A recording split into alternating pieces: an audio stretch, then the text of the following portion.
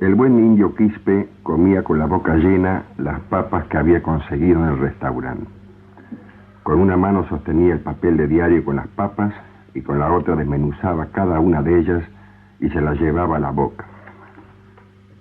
Hacía todo con lentitud, hasta con cierta dignidad.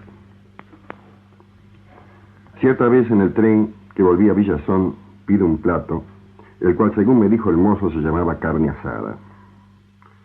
Cuando llegó el plato ocurrió lo de siempre. Comí el pedacito de carne y el resto, que era arroz, lo dejé. Pero me dio lástima tirarlo. Le ofrecí el plato a una pequeña, pero no quiso. Al instante la madre, una chola gorda, adelantó la mano y lo tomó. Comió con toda naturalidad las sobras que había dejado, igual que Quispe.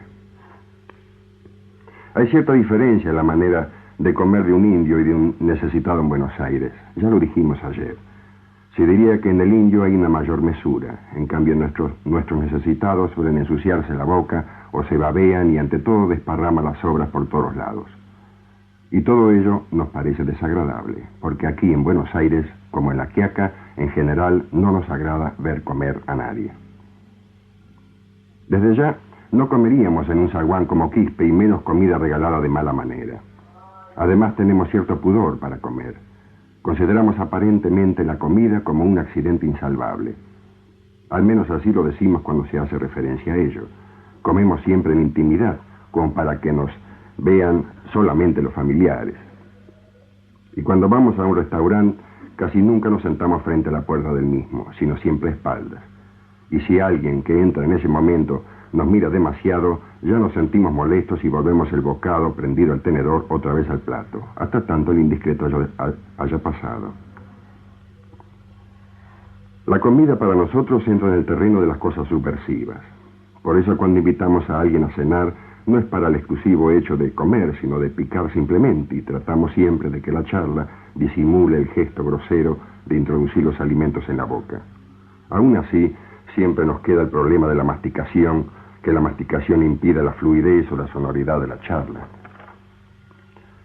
Se diría que en este tema de la comida sentimos una gran afinidad con aquel cuento de Kafka, el artista del hambre, que refiere precisamente cómo un artista de circo muere de inanición, no porque quería ganar más dinero, sino porque simplemente nunca había dado con el verdadero alimento que necesitaba.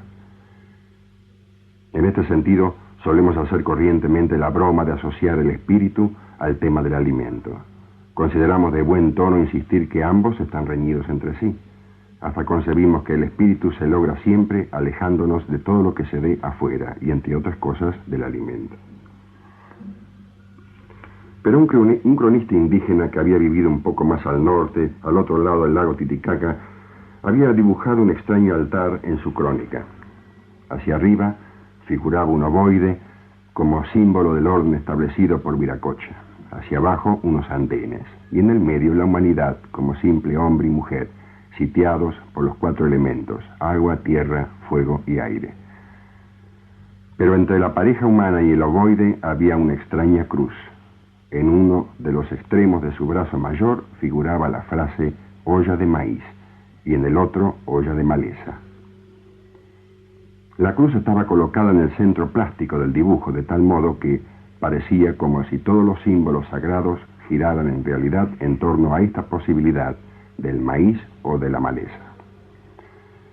En el Popol Vuh, un manuscrito maya quiché, se da otro tanto. Relata la creación de 4 humanidades que fueron destruidas por los dioses porque no los adoraban. La quinta y definitiva edad comienza con el relato del descenso de los héroes divinos al infierno, a cuyos señores vencen y luego crean el 5.º hombre.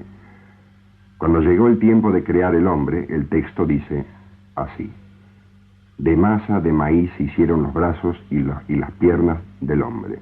Únicamente masa de maíz entró en la carne de nuestros primeros padres, los 4 hombres que fueron creados. Hasta aquí el texto. Y más al norte, entre los aztecas, se da una leyenda similar. En la lámina 38 del Códice Borgia figura a la derecha, entre 4 serpientes, el nacimiento del maíz, bajo la forma de un ser humano desnudo custodiado por 2 mazorcas tiernas. A la izquierda, está la muerte de un dios Xolotl, que es el mismo que Tzalcóatl, el gran dios civilizador de los aztecas, quien en el infierno muere para vincularse de alguna manera con la creación del hombre y del maíz. ¿Y qué significan estas leyendas? Pues que en la antigua América el hombre y su alimento se vinculaban estrechamente. Más aún, los ritos más importantes, así como los mitos centrales de su religión, trataban de favorecer esa vinculación entre el hombre y su alimento. Unen, en suma, dos cosas que nosotros separamos. Claro que si se unieran entre nosotros el hombre y el alimento, sería cosa de ir a un restaurante, pedir una comida y una vez deglutida decirle al mozo, sin más: «Señor, no pienso pagar esta comida porque ella fue desde siempre sagrada». Imposible, ¿verdad? Evidentemente, la distancia entre nosotros y el indio americano es enorme. Nuestro régimen supone otras cosas como ser esas monedas con que debemos pagar la comida. ¿Y qué régimen es ese? Pues en cierta medida el del escaparate. De un lado está uno, el hombre, y del otro lado el alimento. ¿Y cómo unimos una cosa con otra? Pues en general con unos pesos, y si no, con un simple ojalá, o con algún pálpito, como decimos, con el cual cruzamos de alguna manera el vidrio que nos separa. En cierto modo es magia, como la del indio, ¿por qué no? El indio antiguamente trataba de que ese pálpito, o sea, ojalá, se concrete sin más. ¿Y cómo lo hacía? Pues comprometiendo a los dioses. Estos se encargaban, con la leyenda de su sacrificio, hacer saltar la valla al creyente y pasarlo al otro lado junto al alimento. Así se sacralizaba el alimento, y es natural, porque lo sagrado es ese ámbito donde todos los opuestos se unen. Si aquí se vive por separado el bien y el mal, la tristeza o la alegría, allá entre lo sagrado, todos se funden en una sola cosa, sin que ningún opuesto predomine. ¿Y cómo no se iba a pensar eso del alimento? Es lo más opuesto al hombre, supone la salida de éste hacia afuera, quizás el único paso que realmente da el hombre hacia la materia. Es más, el alimento supone casi exclusivamente el conocimiento de la realidad, porque él está en el mundo de afuera, frente al hombre, y el hombre debe recogerlo para incorporarlo.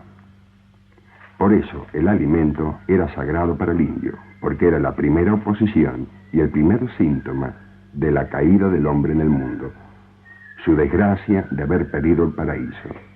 Y también implica el misterio de que haya mundo y de que tengamos que alimentarnos. Comer significaba entonces volver a juntar lo que los dioses habían separado. Por eso el indio Quispe comía con tanta parsimonia y también lo hacía con tanta naturalidad la chola aquella del tren. Están en la ley antigua, según la cual lo que se da afuera es un poco lo que fue puesto por la divinidad y tiene alguna razón de ser. El simple misterio de estar nomás ellos y el alimento. Y de alguna manera ambos se encontrarán porque así estaba escrito. Y nosotros no tenemos nada escrito, ni siquiera un contrato. Ahí nos ponemos de espaldas a la puerta del restaurante para comer. ¿Y cómo hacemos para destruir la posición del alimento? El indio se funde el alimento, uno y otro mantienen su vigencia. El alimento es indio, el indio es alimento, casi como en los ritos. En ese plano donde es sagrado, todo es sagrado y donde nada se opone ya. ¿Y nosotros? Pues nos devoramos sin más el plato, así vencemos la oposición. Realmente, ¿qué puede haber pasado para que se pierda ese sentido sagrado del alimento? Desde aquel entonces hasta ahora hemos ganado en realidad, sabemos siempre dónde estamos parados, pero perdimos el alimento, lo pusimos del otro lado de los escaparates, y eso está mal. Hay leyendas indígenas que hacen referencia a la rebelión de los utensilios y también de los alimentos. En la cerámica de la costa del Perú y en los manuscritos aztecas aparecen utensilios y mazorcas de maíz con pies y brazos, a veces persiguiendo a los hombres. Qué raras leyes sigue la mente humana en estas cosas. ¿Qué significa esta rebelión? Uno de los axiomas de la antigua sabiduría era el de respetar a los opuestos. Por ejemplo, no se podía, sin más, tratar de que siempre fuera de día, porque alguna vez la noche se iba a vengar y todo habría sido nada más que noche. En la misma medida, el hombre no podía simular que no tomaba en cuenta el alimento. Alguna vez éste se iba a revelar y no habría más hombres, sino puros alimentos por todas partes. Algo de esto está pasando. Baste leer los diarios. ¿Acaso los problemas del mundo moderno no giran en torno a la rebelión de los alimentos? Realmente, si así fuera, habría que preguntarle al indio Quispe cómo se hace para sacralizar otra vez el alimento y unirlo al hombre nuevamente. Esa es la tarea de América.